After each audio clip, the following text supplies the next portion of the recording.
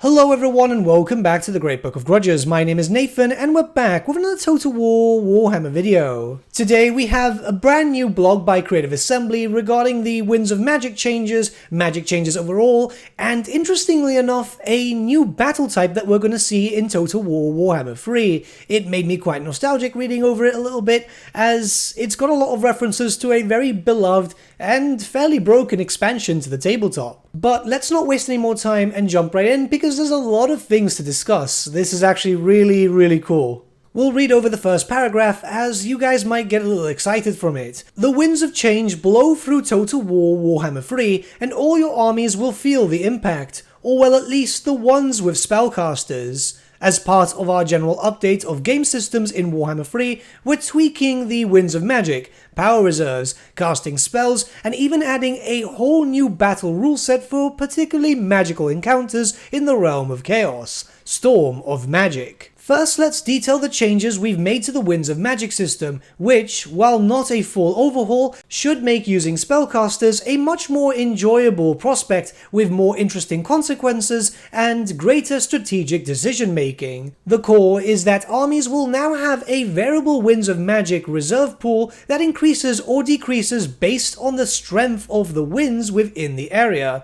Some examples are as follows. A basic early game starter army begins with 50 reserves of magic. It is in a region with blowing winds of magic providing +0 reserves per turn. Assuming nothing special happens, it remains that way. Okay, that makes a lot of sense. If the winds are just moving as normal, well, then it's just not going to increase or decrease. Let's move on to the next one. That same army moves into a region with calm winds of magic, which reduces by 10 per turn. It will have 40 reserves at the start of the next turn, and will continue to drop the longer it remains here. If it is a demon faction army, it will eventually start to receive debuffs, with the opposite true at the other end of the scale. More on that in a moment.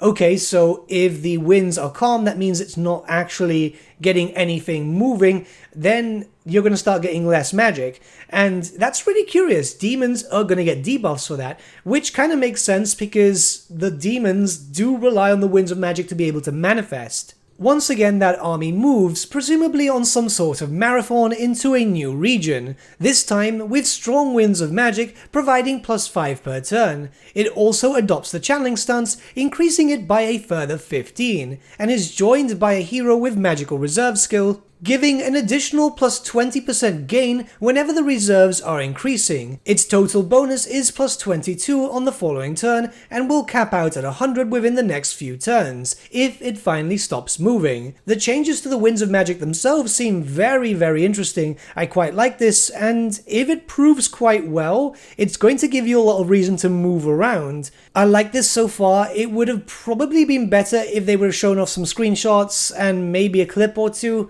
but then again, that could be asking for a bit much. Hopefully it won't be too long until we can see this in action, because it does sound pretty cool. We'd obviously have to see how the winds of magic flow in different directions, and if we're able to track that in any way. Let's move on to the next section. Hopefully that's fairly clear. There are numerous other ways to increase or decrease your reserve pool, or impact your enemies.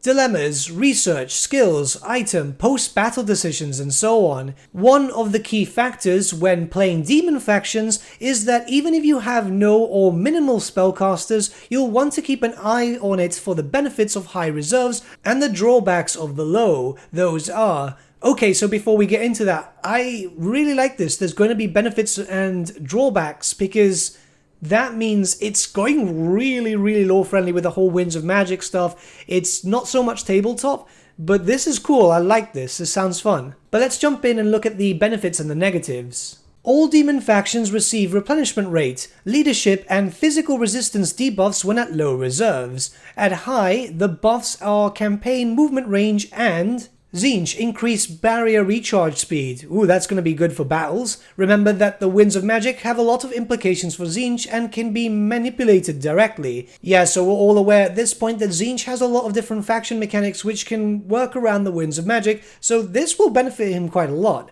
Khorne will get increased spell resistance. Note that Khorne has no spellcaster units, so this is the only real benefit for them. Increased spell resistance is fantastic, really. The more resistant you can make them, the better they'll survive against magic. Nurgle will have increased melee defense.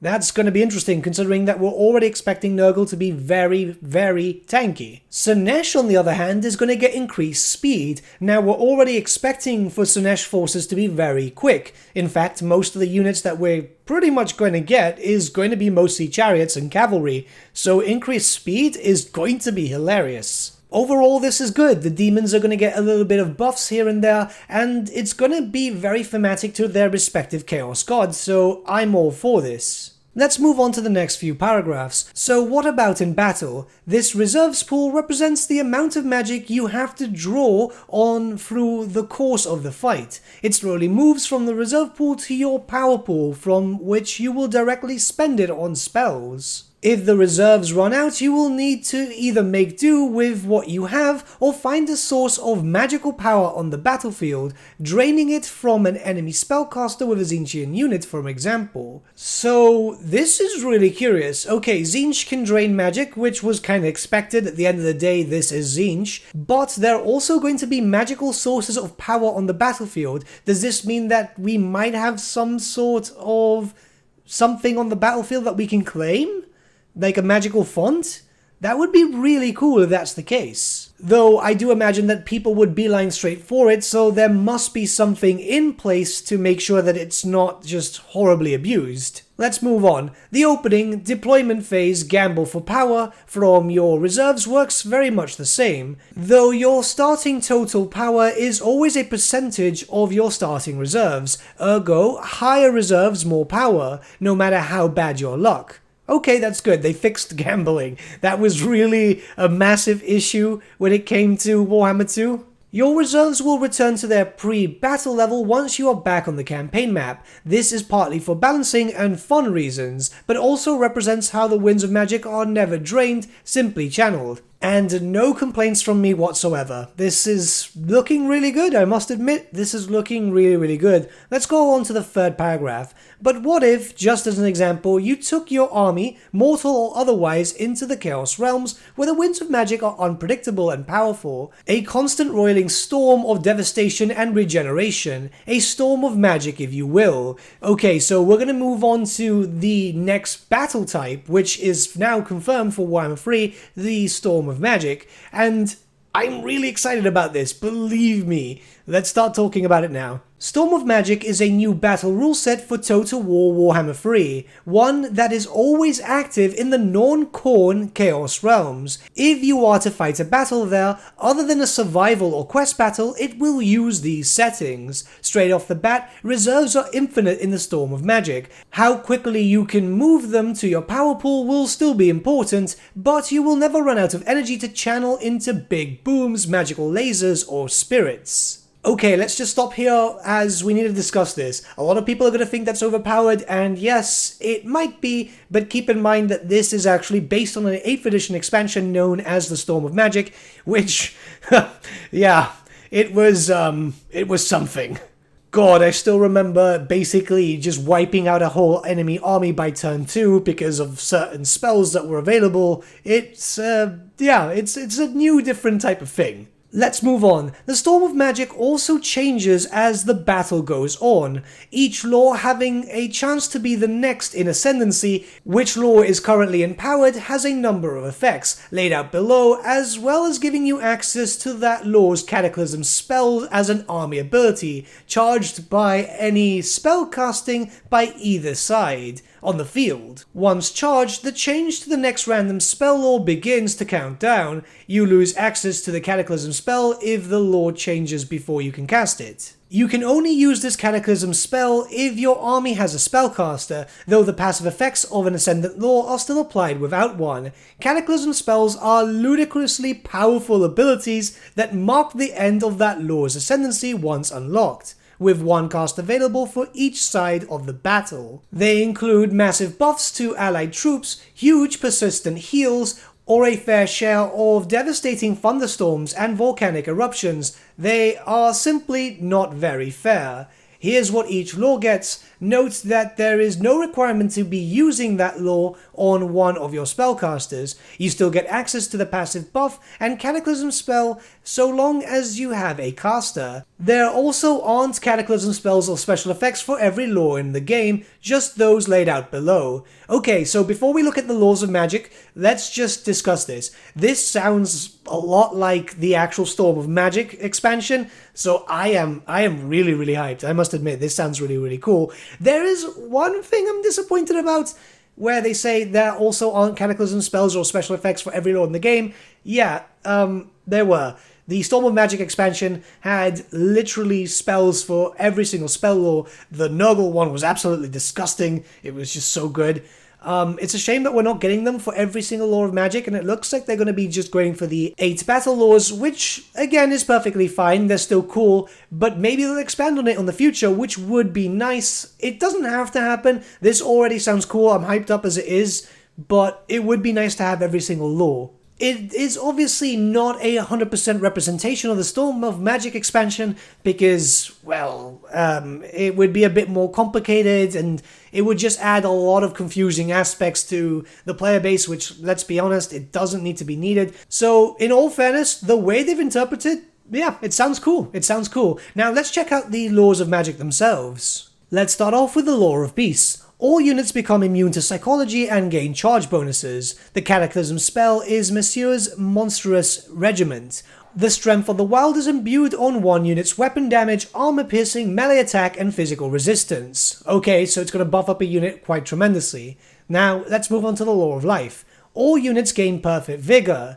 Cataclysm spell, Storm of Renewal. A tree sprouts up from the ground as raw life energy flows across the battlefield, providing a huge regeneration aura. I really hope that tree itself is physical. It would just make my day if it was just pure physical. Next, the Law of Death. All units gain armor-piercing melee damage. Oh god, that sounds cool. The Cataclysm spell is Ashes and Dust. A suffocating dust cloud chokes the life from enemies in a wide area after a short wind-up.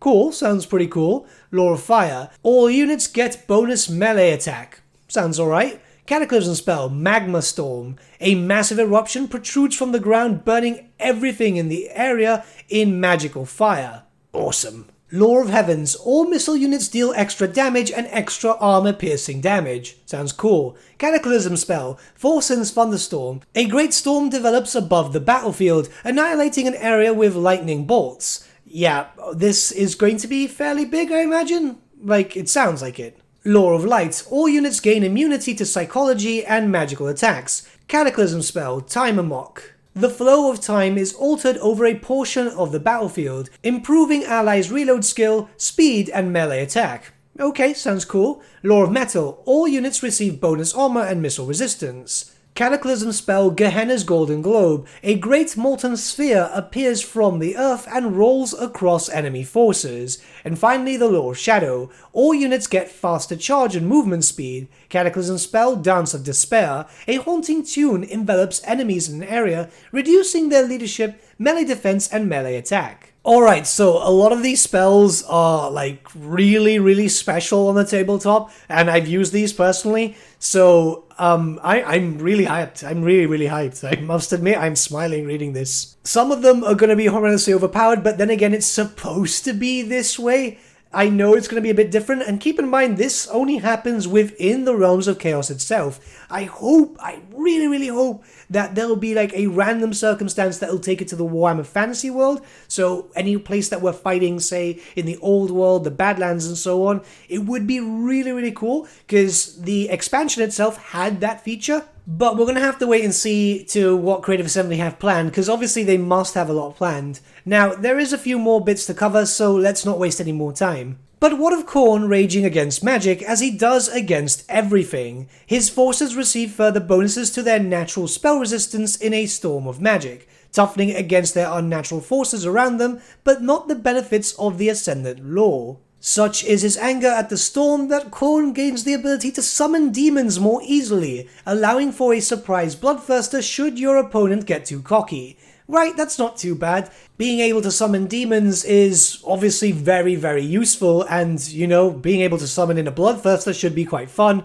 I must admit, a little bit disappointed that it's not the old Storm of Magic one, where Khorne just throws a giant brass skull at an enemy, because that would just be absolutely hilarious. But being able to summon in an army, basically, or depending on how many summons you get, would be very, very useful. Hopefully it's not just Bloodthirsters and we can get some Skull Crushers and stuff like that. You know, depending on the situation, it might need a different type of unit. Either way, sounds cool, so let's move on to the next side. On the flip side, Tzeentch's mastery of magic means that a Tzeentch army in a Storm of Magic battle gets to pick what the first law in Ascendancy will be, making it possible to tailor their strategy. Good God, that sounds horrendously broken. I love it.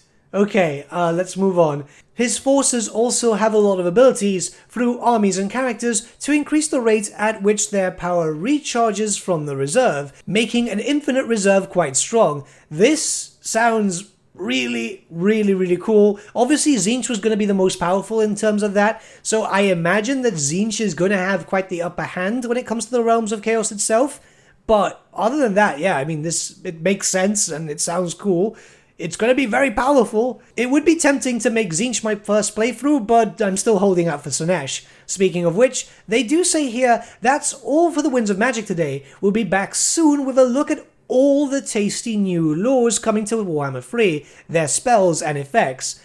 Ooh, okay. So we've got the Law of Yin and Yang, we've got the 2 Kizarvite Ice Laws, Tzeentch, obviously nothing for Khorne, but does that mean that they're going to show off Slaanesh and Nurgle already? I mean, we haven't seen the pre-order incentive just yet, but then again, they do use the word soon, and Creative Assembly love to use a very loose interpretation of that word, so I guess we're going to have to wait a while, or it might just be closer than we think. Who knows? Either way, I am really into the idea of the Winds of Magic changes and the new battle type idea. It sounds great. Like I said, Storm of Magic is just an awesome expansion pack, so I love this. Like, they're interpreting such really important books from the tabletop. This is really, really cool. It makes me a lot happier to know that they're not just using army books and army supplements, but also looking towards the expansions too, because there's a lot of weird stuff in these expansions, so yeah, this is going to be exciting. Let me know what you guys think in the comments below. I know this might sound overpowered, but trust me, the expansion was like that, and they're trying to interpret it to the best of their ability without making it just too horrendous. So we'll have a bit of a discussion in the comments below, and if you have any questions regarding Storm of Magic, the tabletop expansion, and how that could possibly come into effect in Warhammer 3, just ask me questions. Believe me, I played that a lot of tournaments. But with that, my friends, we've come to the end of our video. Thank you so much for watching. If you did enjoy the video, might I suggest giving the video a like, or even subscribing to the channel, as it really does help us out. In the description section below are various links to different social media platforms such as Facebook, Instagram, and Discord. Also in the description section is an affiliate link with Element Games where you could buy loads of hobby-based products, not just Warhammer, for 10 to 25% off. Making a purchase using that link and also our special code, which is also in the description, supports the channel at no extra cost to you, which we think is rather cool. A big thank you to our patrons. Your support means the world to us. It's amazing that people want to help a small channel like us grow and get to a higher level of content. A big thank you to Gibraltar LUSC, Ryan Bertsche, Andrew Prince, and Okro for subscribing to us at our Fane level. You guys are super cool. And a big thank you to Edward Yule, VS Vasan, Aaron Whitman, and Shaggy for subscribing to us at our King level. Honestly, we can't thank you all enough. And lastly, a big thank you to all of you for liking, sharing, and commenting on these videos. Honestly, it's because of you guys that the channel's been growing at such a great pace lately, so we can't thank you all enough. But with that, my friends, thank you so much for watching once again, and we shall see you all again very, very soon. Have a good day.